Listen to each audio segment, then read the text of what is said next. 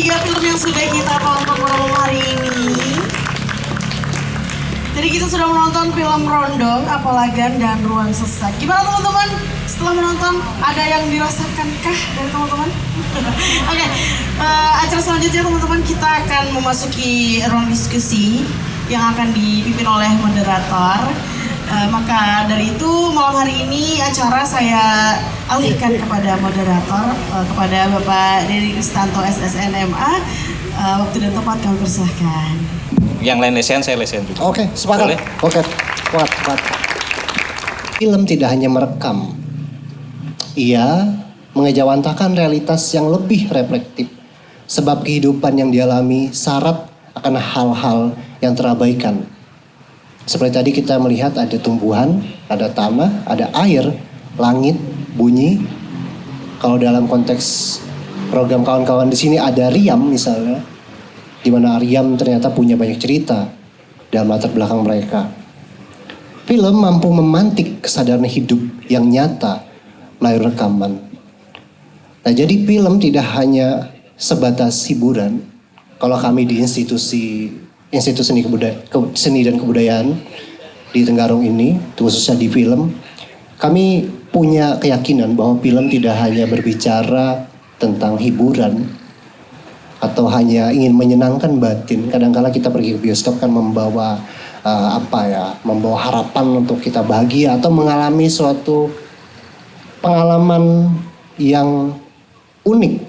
Seperti halnya kita main di taman bermain atau di suatu wahana ruang hantu gitu, film horor gitu kan, kayak gitu.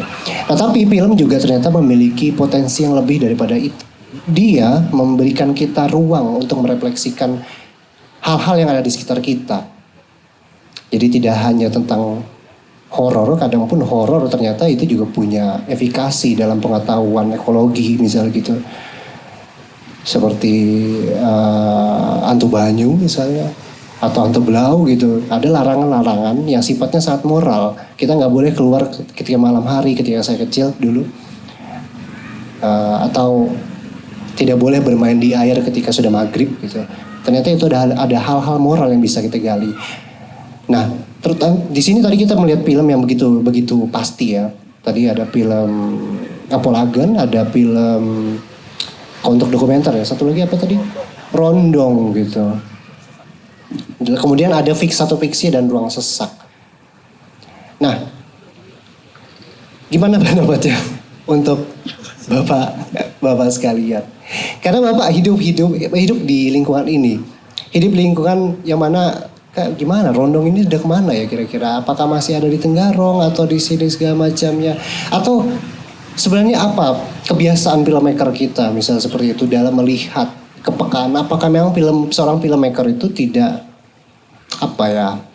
mereka itu sebenarnya punya nggak sih kayak tanggung jawab moral untuk merekam realitas gitu, alih-alih hanya merekam untuk hiburan dia kadang-kala, atau jangan-jangan hanya tugas saja gitu film itu. Sebenarnya karena kita melihat kan film itu kadang-kala hanya nonton udah pulang selesai gitu. Nah gimana? Dan kalau dari Mas Rendo sebagai kita mengamati banyak film gitu. Sejauh apa sebenarnya teman-teman dari sekitar ini memprogram soal atau membuat film, kemudian sampai nggak sih ke teman-teman gitu? Silakan. Makasih Mas Den yang udah memberi kesempatan. Sebelumnya saya ucapkan terima kasih dulu buat kawan-kawan Riam, kawan-kawan Riam yang udah mengundang saya datang untuk berbicara di tengah-tengah kita semua saat ini. Saya juga nggak tahu kapasitasnya sebagai apa, tapi dimintain ya boleh. Iya, terus tadi kita udah nonton 3 film, 2 dokumenter. Kebetulan saya kenal sama tiga-tiganya pembuat filmnya. Dan ada Mas Abdi sebenarnya filmmaker Apalagan kan, ya Mas Forest Media. Akhirnya saya nonton filmnya. Ya, kalau tadi ngelihat banyak film ini 3 film ini kayak menceritakan banyak kebiasaan yang dilakukan terus menerus. Saya tidak terlalu suka menyebutkan turun temurun ya, terus menerus dan dirasa baik. Lalu kemudian muncul ada istilah yang namanya budaya. Budaya pun kalau saya tidak salah mengartikan itu, kalau nggak salah ada 4 poin penting, kayak bahasa, lalu kemudian kebiasaan, norma dan lain segala macamnya, termasuk seni. Makanya mungkin ISBI bukan seni dan budaya, tapi seni budaya ya, benar ya? Seni dan budaya malah. Bukan Institut Seni Budaya. Dan harusnya. Oh, ada dannya ya? Dan atau enggak ya? Nggak ada. Karena tidak boleh. Karena kalau pengertian saya sendiri ya, seni berkembang. Kenapa budaya nggak boleh berkembang? Betul ya? Ya. Iya, jadi tidak ada pemisahan di sana. Jadi sama-sama berkembang. Nah ini mungkin yang kita garis bawahi. Saya udah ngobrol sama programmer malahan kemarin. Ada ngobrol-ngobrol sedikit. Ngobrol juga sama kawan-kawan yang lain. Ini yang sering, kalau bahasanya ke filmmaker, saya sedikit memakrokannya ya. Kita sering banget terkungkung. Ini mungkin perdana saya sampaikan ini di forum terbuka. Kita sering banget terkungkung kalau adat istiadat kemudian budaya itu harus dipelihara sama orang desa. Titik. Lah yang di kota ngapain? Kan jadi masalah. Kita sepertinya memaksa orang desa itu untuk tetap hidup primitif. Benar apa benar? Saya nggak akan bilang itu salah. Itu tidak pernah salah. Karena kejadiannya seperti itu. Datang nih orang kota, loh mana adat istiadatnya Pak? Mana ininya? Kenapa tidak kita pelihara? Lah suka-suka mereka dong. Masa mereka harus kita paksa jadi bodoh terus? Internet masuk, waduh ini kalau internet masuk, nanti mereka jadi tahu-tahu, gila. Di mana hak asasi yang diperjuangkan oleh bangsa ini? Itu jadi buah si malakama sebenarnya buat kita. Nah, alih-alih seperti itu, banyak contoh-contoh yang bisa kita ambil yang akhirnya adat istiadat itu diserap tidak hanya oleh orang-orang desa. Buktinya kita punya, Indonesia punya sesuatu yang luar biasa sampai internet tahu. Bali, dia pegang. Masyarakat Bali ke mall pakai pakaian adat biasa. Lah di sini kuno, nggak keren. Lah terus kita kampanye ke desa, ngasih tahu orang desa, ayo Pak, pakai pakaian adat. Gila lu pada. Kan gitu.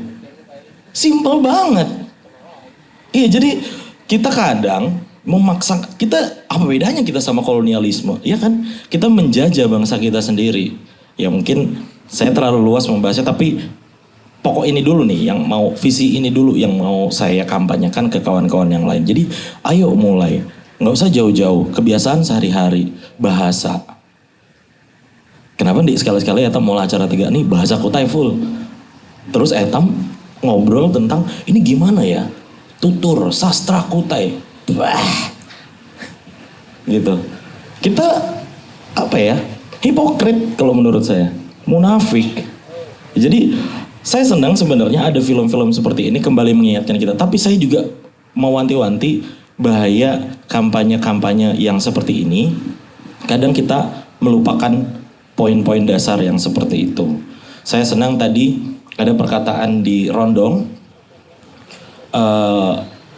Bapak yang punya kebun tadi bilang kita yang mengusahakan. Jangan nunggu. Kamu kerja boleh silahkan, tapi kita usahakan tanah kita sendiri. Itu sebenarnya dia boleh ngomong itu ke orang-orang di kota. Ya usahain tanahmu sendiri. Jangan kamu memaksa saya untuk memelihara tanah saya. Itu urusan saya. Nah seperti itu.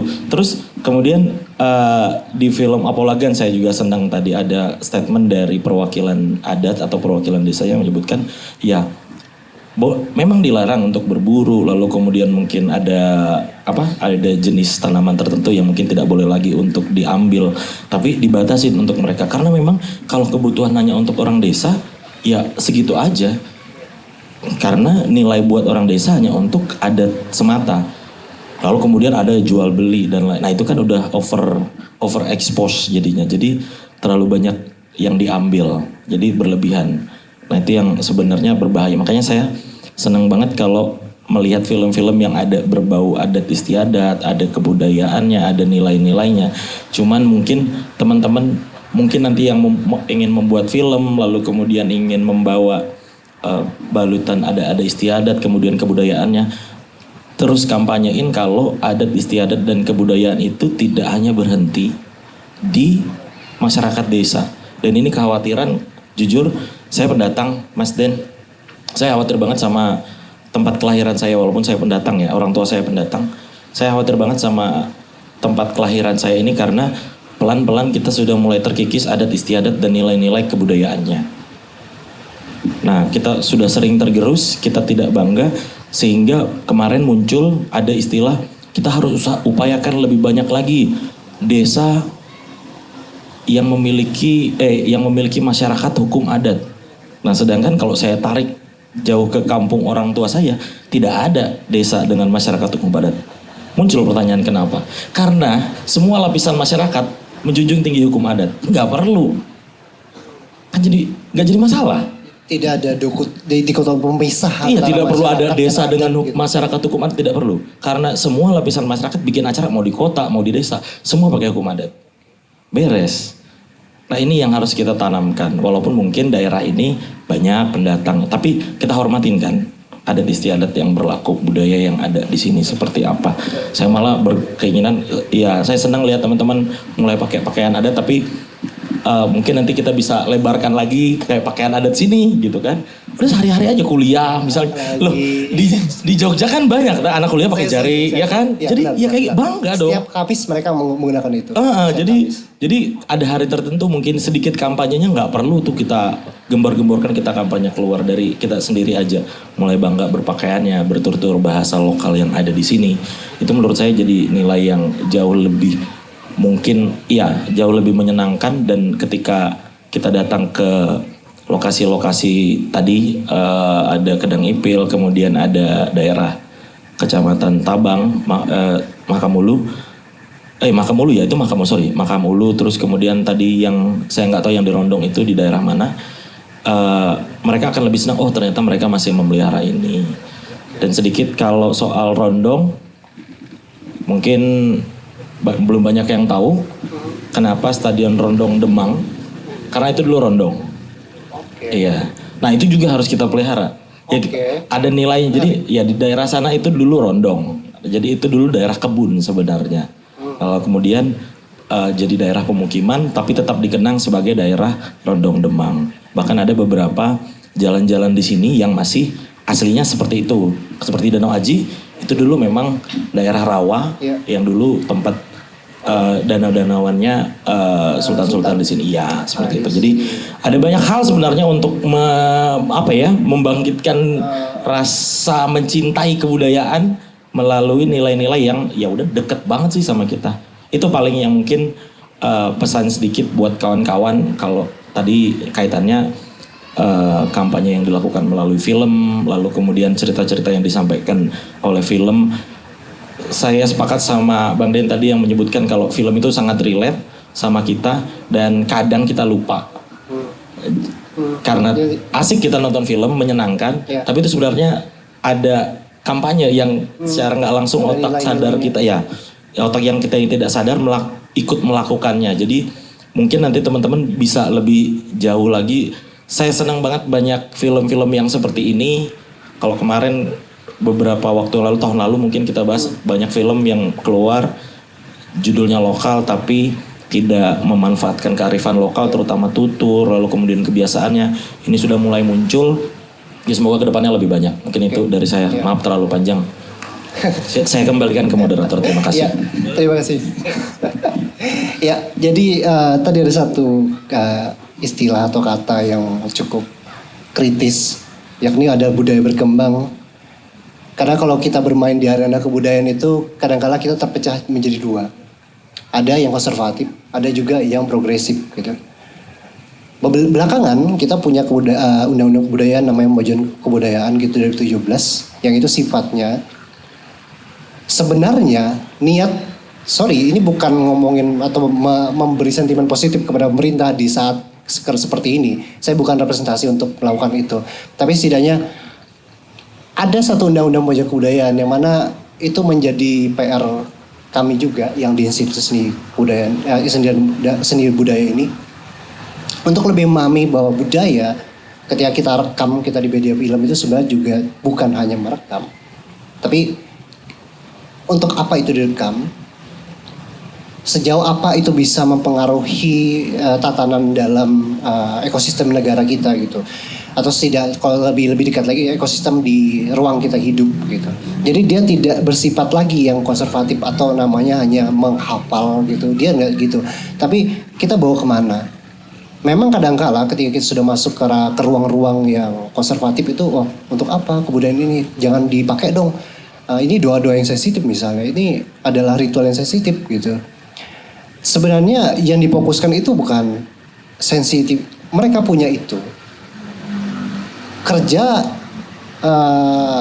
negara melalui agen-agen kebudayaan ini, anggaplah ini para mahasiswa itu, sebenarnya untuk mencoba mengembangkan cerita dari sensitivitas itu gitu loh. Jadi dia bukan hanya mengcopy, tapi dia itu menawarkan cerita baru. Misal kayak kalau di Korea itu kan mereka punya namanya drama-drama itu yang mungkin sekarang belakangan sudah digeser oleh Drajin ya. Tapi kita bisa melihat bahwa mereka itu membawa namanya dukun-dukunan gitu loh. Dan itu viral sekali. Ya mereka di sana tetap sensitif. Mereka tetap ada hal yang tidak bisa direkam, tidak bisa dibunyikan secara gamblang, secara global. Nah alternatifnya mereka membawa itu ke dalam bentuk yang sedikit komedi misalnya. Atau bentuk romansa gitu. Mantranya itu nggak ada, mantra bohongan doang. Tapi itu mantra yang mereka buat. Dan itu terinspirasi dari hal yang sangat sensitif di Korea.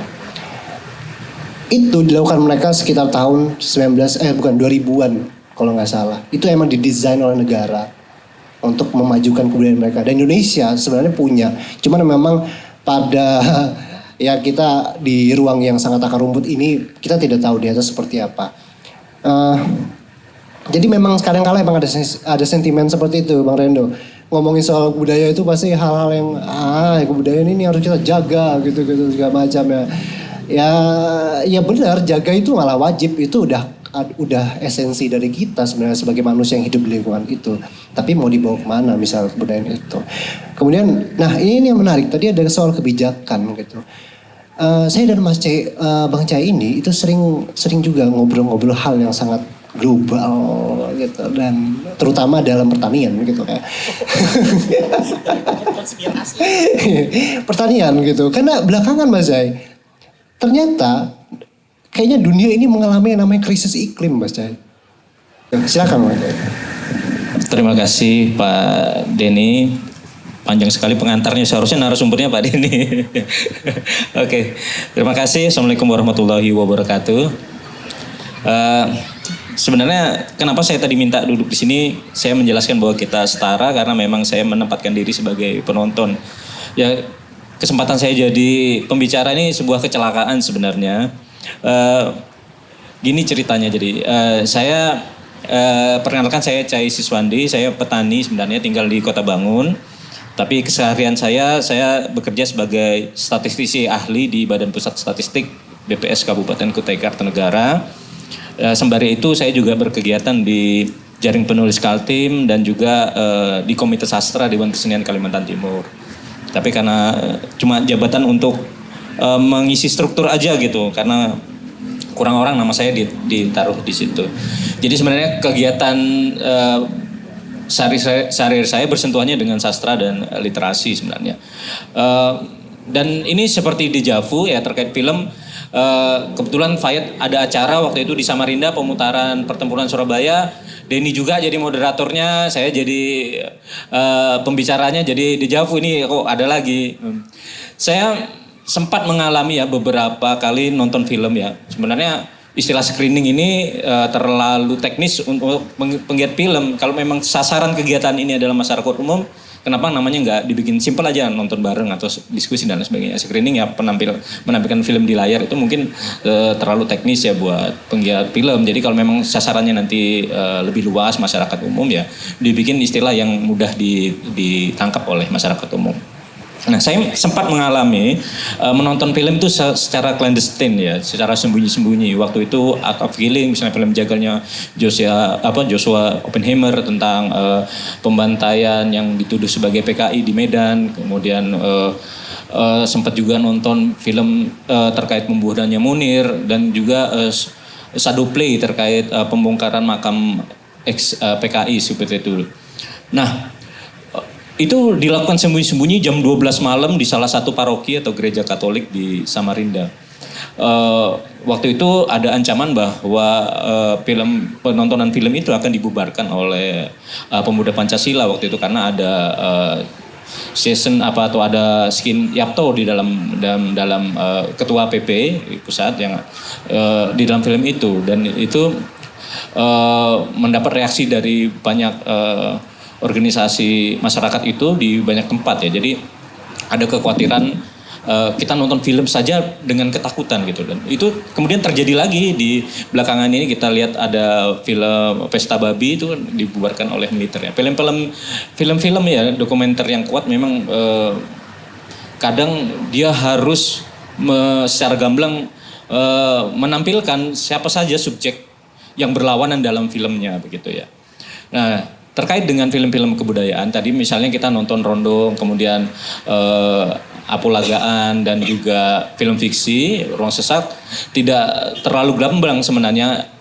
Ini apa yang berlawanan, misalnya apa yang menjadi ancaman Rondong secara terbuka, secara belak-belakan misalnya. Oke, disebutkan asram sesekali, tapi apa lebih lanjut konflik yang terjadi misalnya begitu.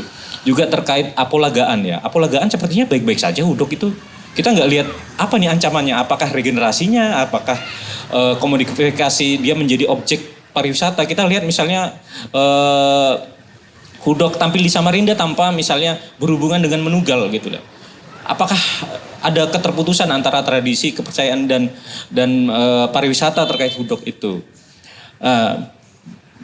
Saya melihat bahwa ada hubungan yang saling menguntungkan antara pembuat film dan pelaku atau pelestari kebudayaan ya.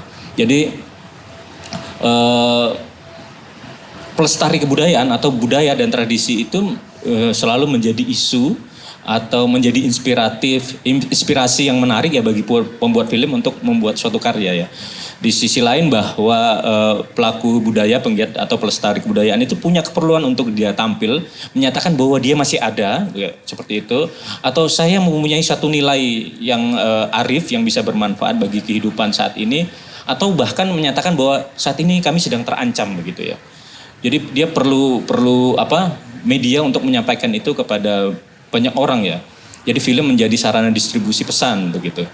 Nah, selain itu generasi muda pembuat film yang biasanya adalah film indie atau komunitas itu bagaimana dia menjaga idealisme atau menjaga sikapnya sebagai orang muda yang itu tidak selalu melulu misalnya melalui demonstrasi. Itu bagus demonstrasi, tapi tidak selalu satu jalan itu demonstrasi atau debat tentang filsafat, tapi juga melalui penghadiran karya-karya kultural gitu ya. Jadi melawan dengan kreatif atau kita menyebutnya konfrontasi kreatif.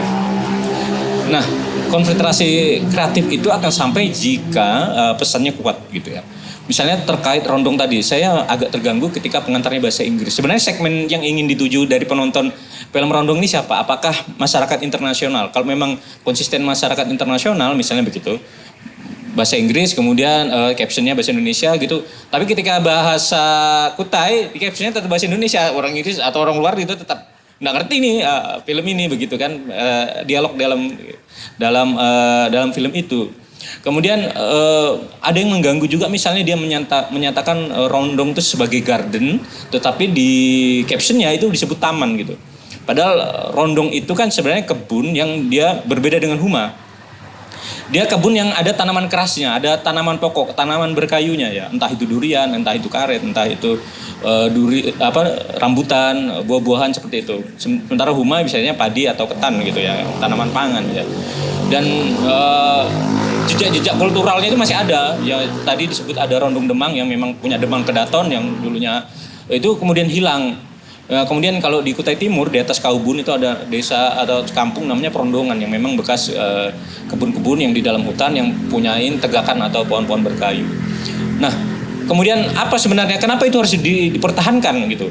Apa nilai yang positif dari adanya Rondong itu? Apa bedanya dengan kebun biasa misalnya? Itu yang harusnya disampaikan juga.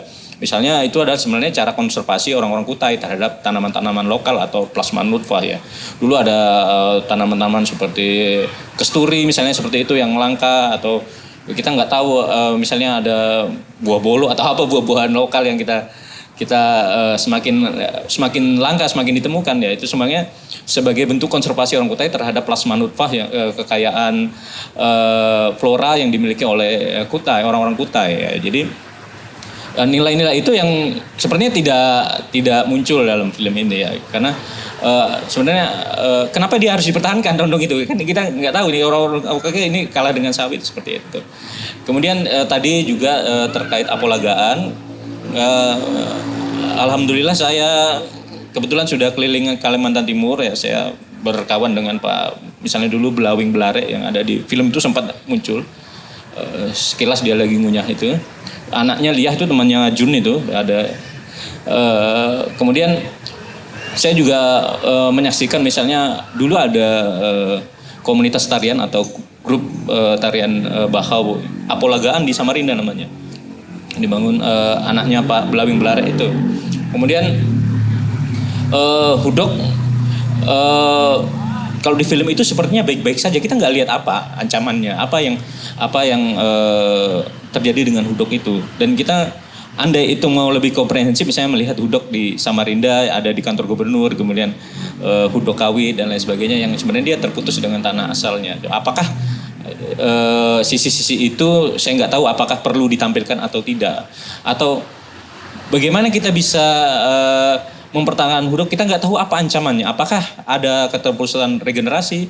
Apakah ada alasan konsesi ruang, misalnya hutan semakin langka sehingga bahan baku kayu pulai atau kayu kitak tadi itu namanya itu menjadi semakin langka ya, semakin susah untuk menemukan bahan baku Hudok, atau malah pengrajin Hudoknya semakin langka. Siapa yang bisa ngukir Hudok saat ini misalnya seperti itu.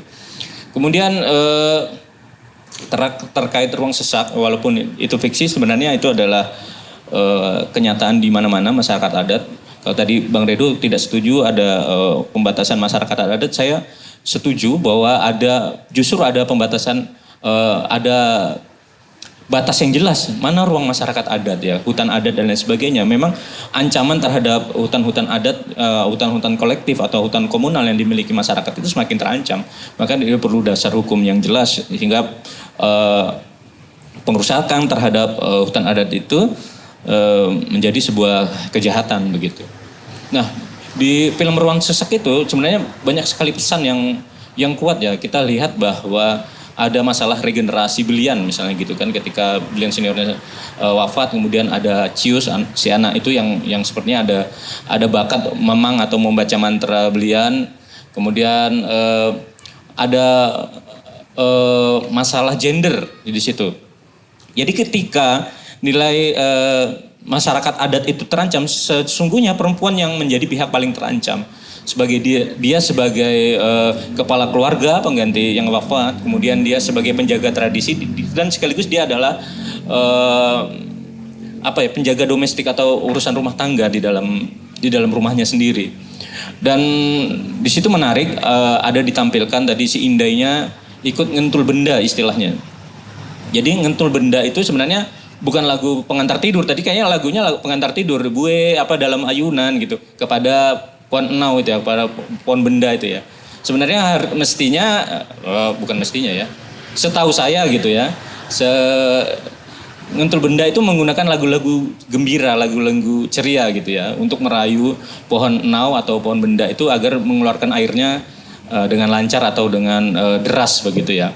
Dan itu ada pantangan perempuan itu menjadi pelaku ngentul benda itu, karena ada masanya bahwa perempuan itu saat haid emosinya itu misalnya lebih tinggi seperti itu, hingga ketika dia keadaan marah itu mempengaruhi produktivitas pohon benda seperti itu. Tapi itu menarik tadi bahwa Indainya itu ikut menyanyi atau istilahnya ngentul benda kepada pohon enau itu ya. Jadi di situ juga ada permainan tradisional asinaga dan lain sebagainya, dan ada pertentangan antara laki-laki yang begitu patriarki, yang macho, baik itu di masyarakat adatnya sendiri, bahwa ada permasalahan di masyarakat adat juga, dan dengan perusahaan tambang. Jadi sebenarnya di Kedang Ipil dan Sedulang itu perusahaan tambang itu sudah tutup ya, tapi itu sudah pernah terjadi ya. Jadi tambang itu bahkan merubah aliran sungai yang kita dari air terjun itu, yang dulunya terhubung langsung dengan Kedang Murung di Kota Bangun. Yang itu jalur migrasi orang-orang Kutai adat Lawas di masa lampau. Ketika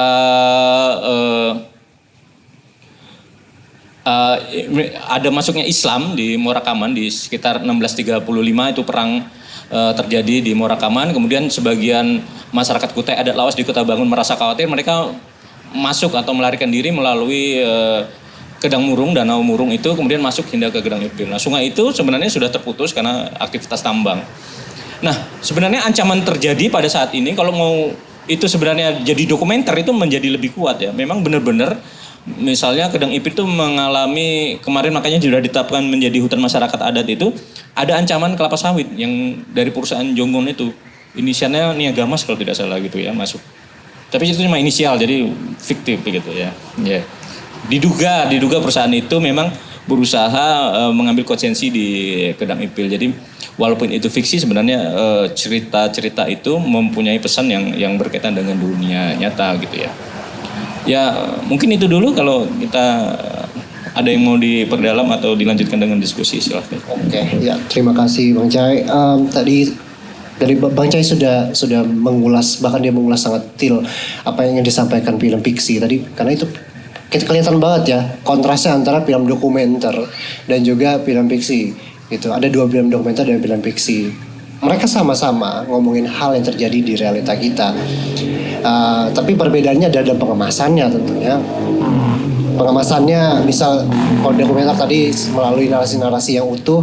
Nah kalau fiksi kadang-kala dia menarasikan dengan simbol gitu, menarasikan dengan suara-suara gemuruh gitu, atau gestur-gestur yang agaknya tidak dan tanda kutip realistis ya. Tapi ternyata kalau kita kaitkan satu sama lain, ternyata itu adalah satu fragmen-fragmen tentang masalah eksistensial masyarakat adat begitu.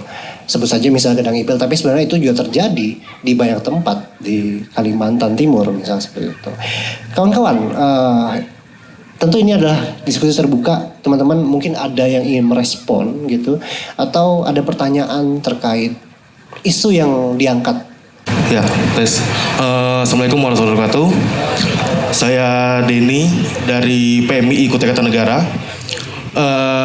Izin Abang merespon ya, karena saya lihat film ini keren kalau saya bilang. Karena apa? Di situ kita melihat di dalam film itu mengangkat soal permasalahan sosial.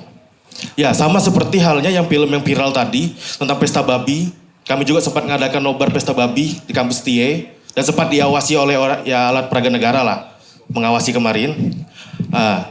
Dari beberapa film yang saya tonton tadi, itu melihat melingkupi permasalahan sosial. Salah satunya adalah permasalahan lingkungan, yang hari ini yang tetap kami suarakan sebagai aktivis mahasiswa. Dan ini melihat bahwasannya perlu adanya diskusi lebih dalam lagi ke depannya di tiap-tiap kampus deh di wilayah Tenggarong. Film ini diadakan. Karena apa?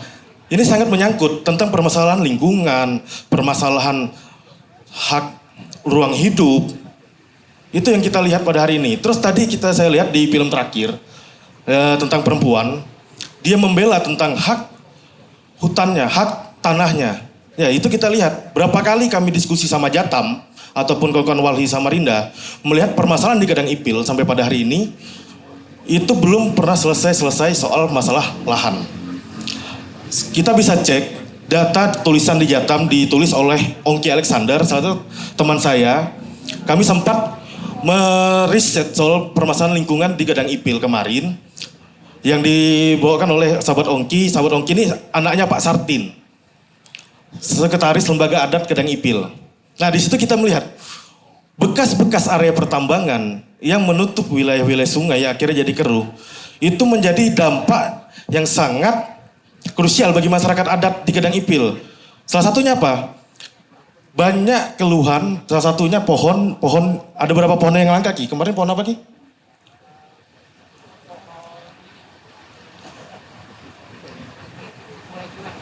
Ya, pohon untuk mulai Juhan, Sungkai kemarin tuh. Artinya nggak cuma di Gedang Ipil, di beberapa wilayah Kutai Kartanegara Ini pun banyak permasalahan sosial. Artinya dengan lewat film ini kita bisa membuka cakrawala kawan-kawan kampus yang ada di Kota Tenggarong. Itu khususnya. Kenapa? Ini menjadi bahan diskusi intelektual kajian para aktivis-aktivis mahasiswa ataupun mahasiswa-mahasiswa yang ada di tiap kampus.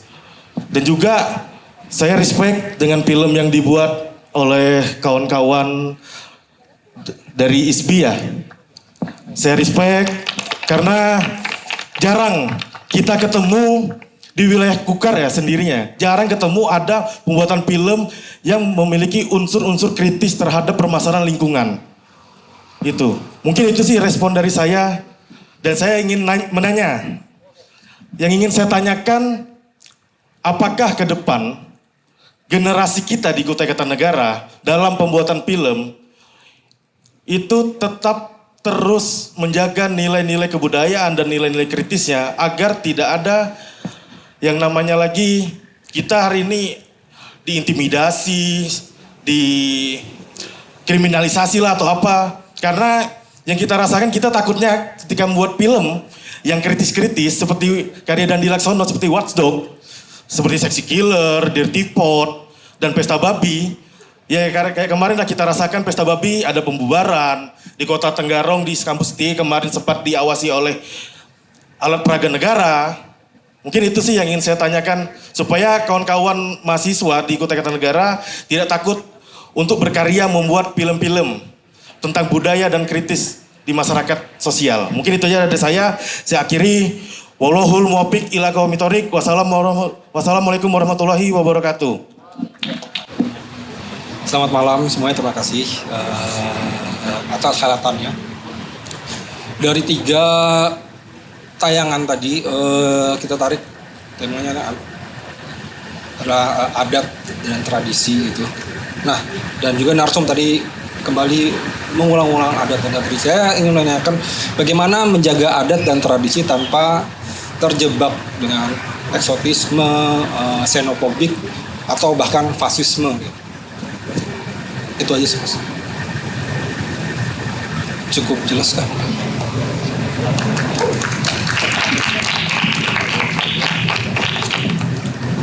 Lalu tes ada lagi?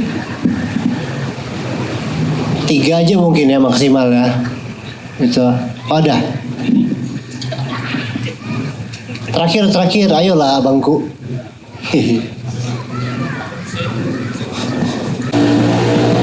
Baik, selamat malam semuanya.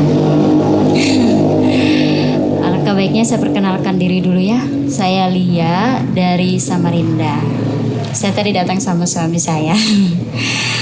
Ya, saya juga sangat mengapresiasi ya untuk ketiga yang telah kita tonton pada malam hari ini. Keduanya film dokumenter dan satunya film fiksi. Tapi saya yang paling membuat saya banyak berpikir itu ya film yang terakhir tadi, yang fiksi, di mana saya merasa memang yang terjadi saat ini sama seperti yang dikatakan teman sebelah tadi, bahwa Pesta Babi juga itu merupakan suatu bentuk film dokumenter yang sangat-sangat membuat kita sebagai generasi muda itu berpikir bahwa memang di zaman kita yang sekarang ini bahwa kita didiskriminasi dan kita memang dibungkam untuk berpendapat atau melakukan perlawanan gitu. Terutama tadi di film fiksi tadi, bahwa itu kan latar belakang tempatnya itu di Kedang Ipil ya. Saya dulu juga pernah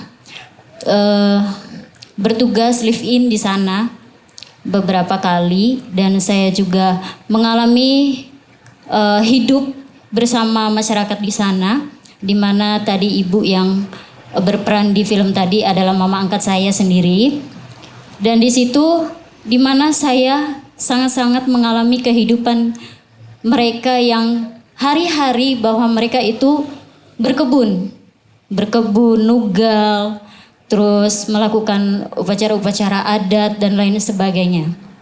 Dengan terjadinya, walaupun tadi itu mungkin film fiksi, dengan terjadinya datangnya beberapa perusahaan-perusahaan, yaitu perusahaan kebun sawit mungkin ya, Karena dengar dari berita-berita yang beredar ya seperti itu, bahwa kita merasa masyarakat di sana ya terancam pastinya dengan kedatangan perusahaan-perusahaan di tempat mereka. Dan mereka kan hidup dari tradisi ya. Jadi dengan kedatangan perusahaan seperti itu akan membatasi tradisi mereka, di mana yang mereka selalu melakukan ritual adat dengan hutan yang mereka punya, dengan kebun yang mereka punya. Akhirnya itu menjadi pembatas. Akhirnya mereka mungkin generasi mudanya nanti tidak akan melanjutkan tradisi itu lagi, gitu. Ini sangat terancam. Jadi saya di sini mengajak teman-teman yang hadir di sini, terutama generasi mudanya, ayo kita bergerak, kita melawan, walaupun bukan dengan kekerasan, tapi dengan secara gagasan aja, atau dengan hal-hal seperti ini, kreatif seperti ini. Ini saya sangat mendukung ya, film-film kreatif seperti ini. Semoga kedepannya kita bisa bertemu lagi untuk menonton lagi film-film yang seperti ini ya teman-teman. Terima kasih. Sudah cukup mungkin ya 3 saja pertanyaannya karena masih akan berlanjut dengan para filmmaker nanti. Ya ini ada 3 ternyata masing-masing punya pertanyaan. Yang pertama tadi Mas Denny bertanya apakah ke depan kita itu punya ruang yang sustain atau ruang yang terjaga, ekosistem yang baik dalam pembuatan film yang seperti ini, yang kritis gitu.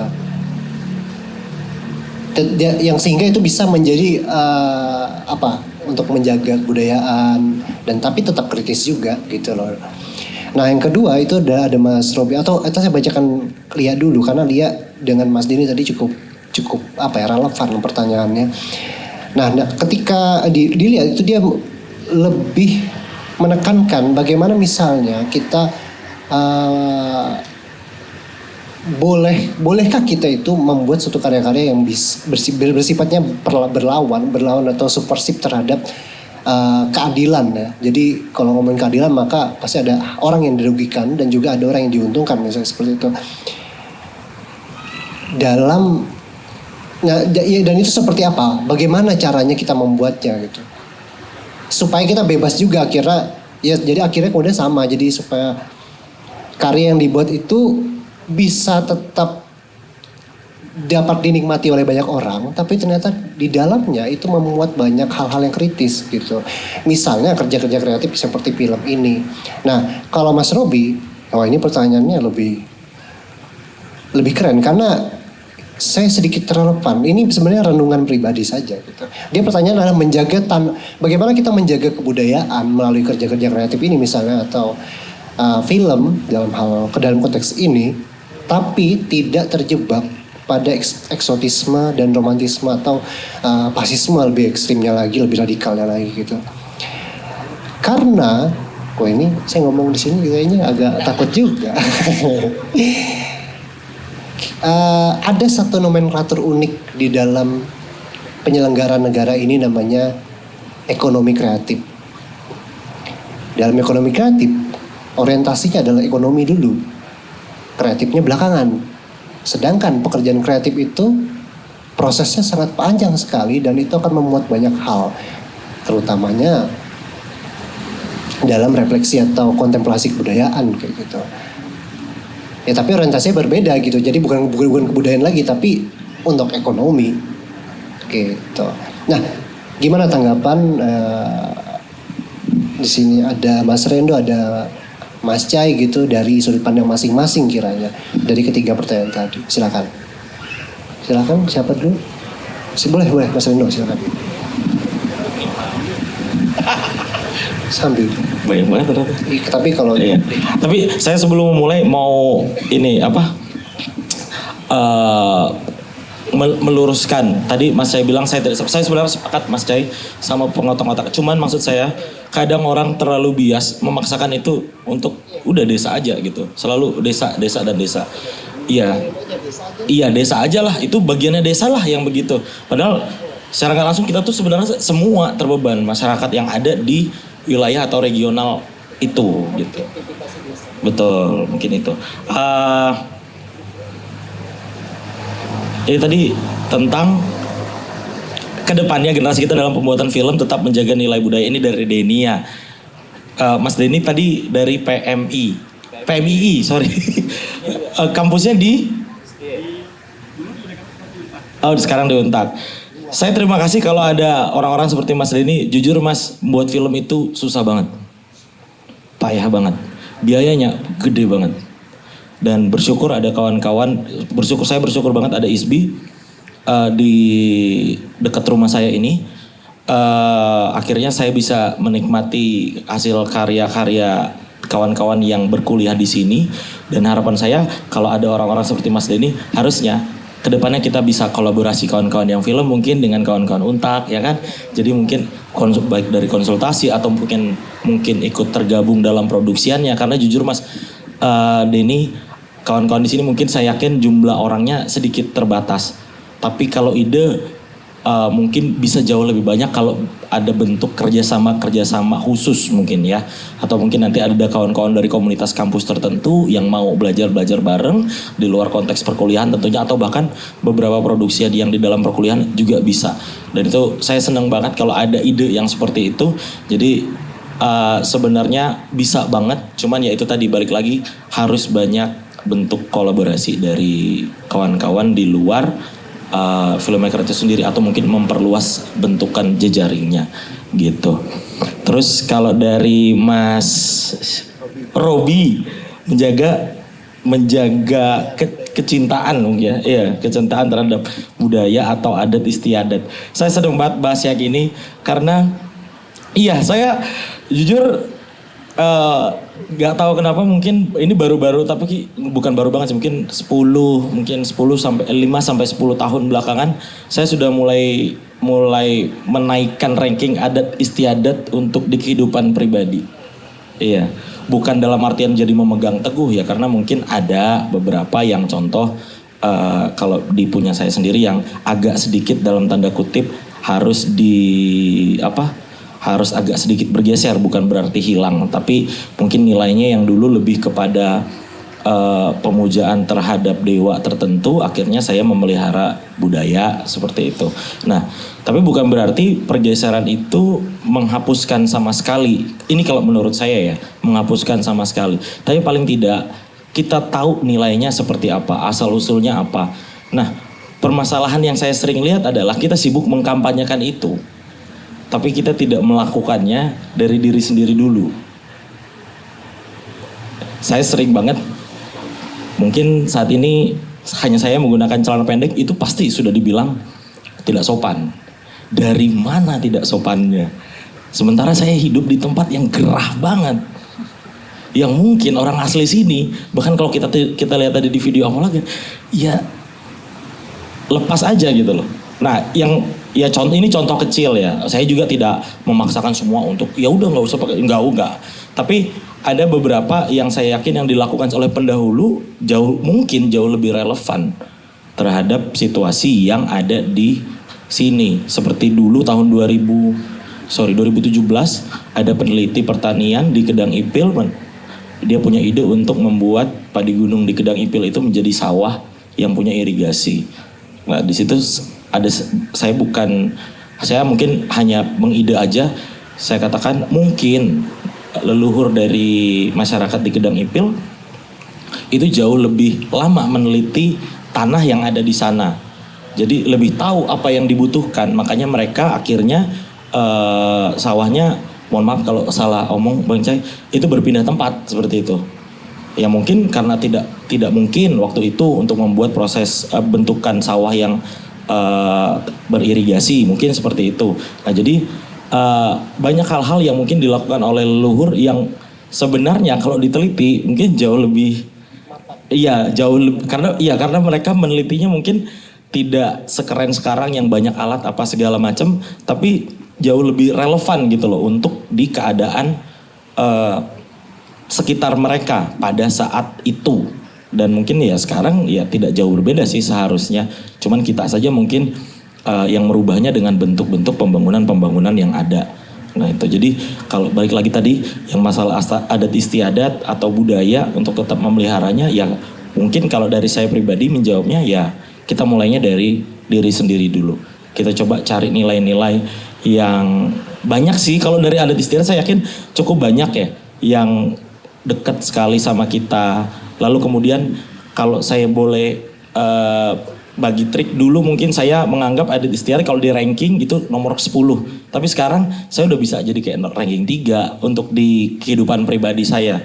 Bahkan saya mulai menanya-nanya kalau adat yang seperti ini nih gimana ya, apa maksudnya atau ceritanya dulu seperti apa. Hal-hal kecil seperti itu yang kadang kita tuh lupa. Hanya ya udah nonton bagus atau misalnya saya sering tuh kalau tarian Dayak dia menari, saya nanya ini apa ya perumpamaannya? Oh ini ayam, iya pokoknya burung apa ayam seperti itu. Nah jadi dia sedang merayu si perempuan, nah yang seperti itu. Jadi bertanya, mulai menggali pelan-pelan. Kalau kita menikmati ya memang tariannya indah, tapi coba kita mulai kenali jauh lebih dekat, tapi relevannya ke diri sendiri. Saya jujur senang banget melakukan pendekatan kebudayaan karena saya nggak ngerti melalui tarian. Karena tarian itu hampir semua suku yang ada di Indonesia itu punya tariannya masing-masing. Dan itu tuh kebanyakan menceritakan kehidupan yang ada di masyarakat pada saat itu juga. Ada yang tarian, kalau tadi hudok mungkin lebih ke ritual. Lalu kemudian ada yang tarian pasca panen. Lalu kemudian ada yang tarian kebersamaan, macam-macam. Jadi sangat menyenangkan sebenarnya kita tinggal di Indonesia. Cuman ya itu kampanyenya saya terus mengkampanyekan ini. Jangan kita paksakan orang desa itu untuk ya udah kalian pelihara primitif aja terus, enggak. Balikin ke kita dulu. Mulainya dari kita dulu. Cerminkan ke kita dulu. Lah, saya aja masih berleha-leha, masa mereka enggak boleh? Nah, gitu. Tapi kalau dari nilai kebudayaan ya udah sama. Masyarakat desa atau masyarakat adat memelihara budayanya, kita juga ikut memelihara adat istiadat dan budaya kita masing-masing. Kalau tidak bisa di tempat yang kita rantauin, ya sudah yang dari mulai nenek moyang kita pribadi dulu aja. Nah itu sebenarnya yang paling gampang sih menurut saya. Kalau dalam kaitannya untuk memelihara adat istiadat terhadap diri sendiri dengan banyak rayuan tadi ada eksotisme bahkan yang bahaya yang seperti fasisme ya banyaklah yang godaan-godaan seperti itu bahkan ya sekarang mungkin ya, gaya berpakaian bahasa makanan itu juga cukup bahaya kan kampanye-kampanye. Kalau tadi Mas Denny cerita masalah yang di Korea tentang apa dukun, bahkan sesudah dukun itu mereka mulai kampanyenya makanan. Akhirnya ada ekspansi makanan Korea ke dunia internasional. Kalau menjawab Mbak Lia tadi pertanyaannya apa ya? Sorry.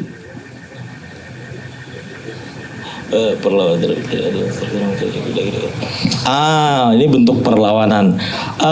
Dari dulu saya senang banget nonton film-film kawan-kawan karena memang kebanyakan filmnya bergenre perlawanan justru dalam bentuk apapun, baik itu isu sosial, budaya, bahkan sangat jarang saya nonton tentang percintaan, bahkan ada hubungan sosial pun ikut dibahas oleh kawan-kawan film-film indie seperti ini.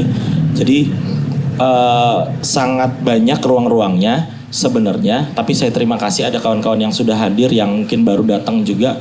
Jadi mungkin ayo kita ramaikan ke depannya. Dan bentuk-bentuk perlawanan ini sebenarnya sudah jadi hal umum, bahkan mungkin untuk kawan-kawan yang di akademik sangat sering sekali ketika melakukan tugas dia pasti akan mencari bentuk-bentuk naskah yang dalam tanda kutip punya tema-tema perlawanan terhadap isu-isu yang ada, baik itu sosial, budaya, adat istiadat, bahkan yang ke pemerintah sekalipun. Jadi memang ruang-ruang itu sudah ada, tapi mungkin harus kita kembangin lagi. Dan bentuk-bentuk perlawanan itu saya yakin dan percaya sampai hari ini tidak akan mati, karena balik lagi ya selalu ada yang merasa dirugikan dan selalu ada yang merasa diuntungkan. Cuman mungkin tinggal konteks cara penyampaiannya saja, bagaimana caranya kita mengkampanyekan sesuatu yang mungkin dalam tanda kutip sensitif jadi lebih normatif kepada orang yang menonton dan tidak merasa tersinggung, tapi akhirnya pesannya sampai. Mungkin itu yang sedikit saya tambahkan. Terima kasih. Boleh saya kembalikan ke moderator.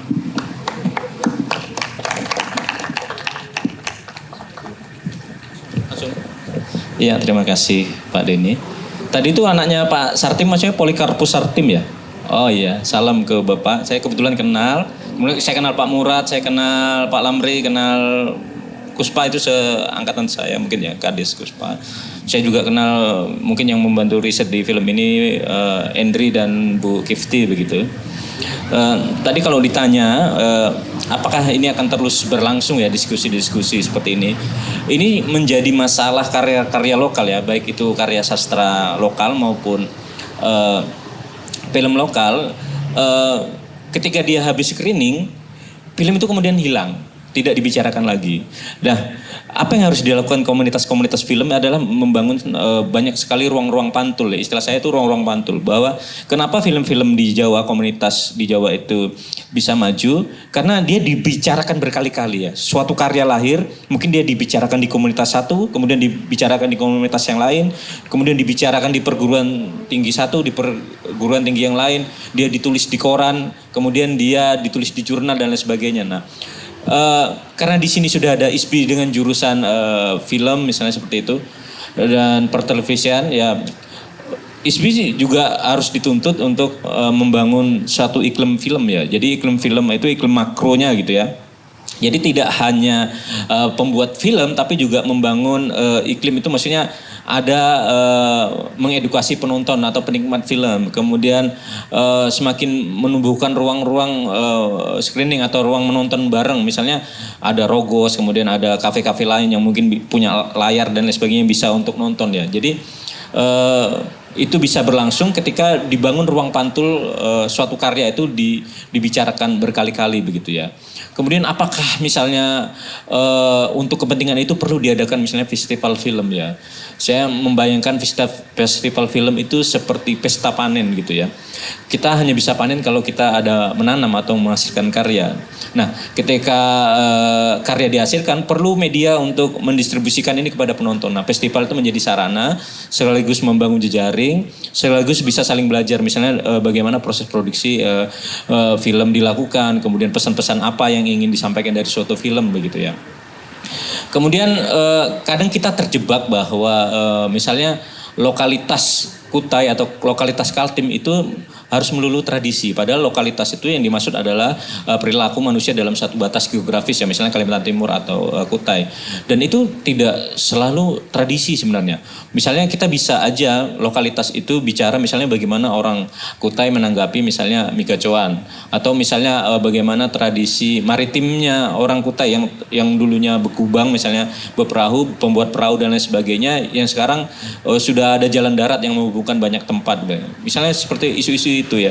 Seringkali juga misalnya Kutai digambarkan dengan kesultanan, kemudian masyarakat Dayak di pedalaman, orang-orang tradisi Kutai, tapi melupakan sisi lautnya, sisi maritimnya, bagaimana kehidupan nelayan bagang, kemudian orang-orang yang berdampingan dengan buaya di muara-muara seperti itu ya. Itu banyak isu yang bisa diangkat ya, banyak potensi dari Kutai yang bisa diangkat, yang dimana lokalitas itu tidak harus dimaknai sebagai tradisional begitu, tetapi juga perilaku manusia. Selama kelakuan orang seperti apa di Kutai itu sebenarnya bisa menjadi ide film gitu ya, bisa menjadi ide film, dan entah itu filmnya bukan mengangkat perilaku tapi perilaku menjadi karakter seseorang misalnya di dalam film itu ya, dalam perannya begitu ya. Kemudian tadi Mas Robi bertanya bagaimana supaya kita tidak terjebak pada eksotisme begitu ya. Sebenarnya kalau bicara itu saya bukan pembuat film, jadi ini subjektif sekali dari saya. Tergantung tujuan film itu sendiri ya. Kalau memang tujuan filmnya adalah fiksi, itu tentu bebas orang ya, bebas sesuai ide dan imajinasinya. Kemudian kalau memang filmnya tujuannya untuk iklan komersil pariwisata ya mungkin ada sisi itu yang bisa diangkat. Tapi kalau ini bicara dokumenter, masa pertama-tama adalah film itu harus jujur ya. Dalam seni rupa itu dulu dikenal ada aliran misalnya yang menjadi warisan kolonial itu adalah Indimoy atau India Molek ya. Bagaimana orang-orang kolonial, orang-orang Eropa itu memandang Nusantara, memandang orang-orang di Indonesia masa lalu itu sebagai sesuatu yang molek gitu ya, sesuatu yang indah melulu begitu ya, yang eksotis gitu ya, apa masyarakat adat dan sebagainya ya. Dan itu ternyata diwarisi dan menular kepada kita juga gitu. Nah, misalnya orang Jawa melihat orang Dayak itu maunya berpakaian adat dan lain sebagainya. Nah, tadi ada kritik saya ya terhadap film Apolagaan tadi ya. Misalnya ada tokoh pemuda tadi digambarkan di situ, misalnya dia ke Huma atau ke ladangnya dia pakai cawat kulit kayu, kemudian masih memakai belaung, misalnya belaung itu anting kuningan gitu. Apakah benar itu seperti itu? Apakah itu keinginan artistik dari pembuat film atau memang kenyataannya dia seperti itu ya. Jadi film dokumenter ya pertama-tama menurut saya harus jujur gitu ya. Memang ada ketegangan antara kita ingin memperkuat kesan, memperkuat karakter dan sebagainya dengan kepentingan pesan dan kepentingan estetik gitu ya. Mungkin ada ketegangan di situ. Tapi agar dia tidak melulu menjadi objek, sebenarnya dia harus dijadikan juga sebagai subjek ketika itu film dokumenter. Jadi apa keinginan dia, apa kegelisahan dia, apa keseharian dia itu memang harus dia terlibat dalam pembuatan film. Dia tidak hanya diobjektifikasi bahwa ini persepsi pembuat film kemudian dipaksakan kepada aktor atau kepada orang-orang yang ada di dalam film itu ya. Jangan dipaksakan, misalnya dalam persepsi saya orang Dayak itu takutnya disalahpahami bercawat misalnya ke kebun dan seperti itu ya, misalnya gitu. Apakah memang benar seperti itu atau tidak gitu ya, seperti itu. Dan tadi kalau bagaimana kita terus melawan dengan film ya, sebenarnya film-film komunitas atau film-film ini memang bersifat seperti itu ya. Kadang dia menjadi alternatif terhadap film-film yang disokong modal besar, tapi di sisi lain kita juga harus membebaskan teman-teman penggiat film. Suatu saat memang kalau memang dengan daya dan kreativitas dia harus masuk ke industri dan dunia komersil, nggak apa-apa, dibebaskan. Jangan sampai kita menghalangi seseorang untuk maju, atau siapa tahu dengan dia belajar di industri dia menemukan ilmu atau pengalaman baru yang itu bermanfaat bagi dunia film di Kutai Kartanegara. Jadi memang film menjadi satu jalan kita mengedukasi masyarakat atau generasi muda kita menjaga idealismenya melalui karya-karya yang bersifat kultural. Itu penting. Tapi juga di sisi lain bahwa bagaimana film itu bisa menjadi penghidupan teman-teman yang lulusan dari ISBI, kemudian teman-teman yang bergerak di film itu juga ada ruang-ruang yang kita bisa dikompromikan di situ ya, bahwa film juga selain menjaga nilai juga ada nilai-nilai dalam tanda tertentu tentu menjadi pekerjaan begitu ya. Jadi membuat film dan lain sebagainya untuk bisa konsisten tentu orang perlu sumber ekonomi untuk bisa bertahan di satu industri ya gitu. Saya kira itu mungkin kalau mau dieksplorasi lebih jauh atau waktunya kepanjangan saya kembalikan ke moderator. Ya jadi sebenarnya sudah banyak terjawab sekali, dan saya pikir tidak perlu panjang lebar untuk menyimpulkan apa yang didiskusikan pada kesempatan hari ini. Tapi tadi ada beberapa catatan sebenarnya, seperti bagaimana relevansinya sebenarnya kebudayaan itu dalam praktek kreatif seperti ini atau praktek film sebenarnya.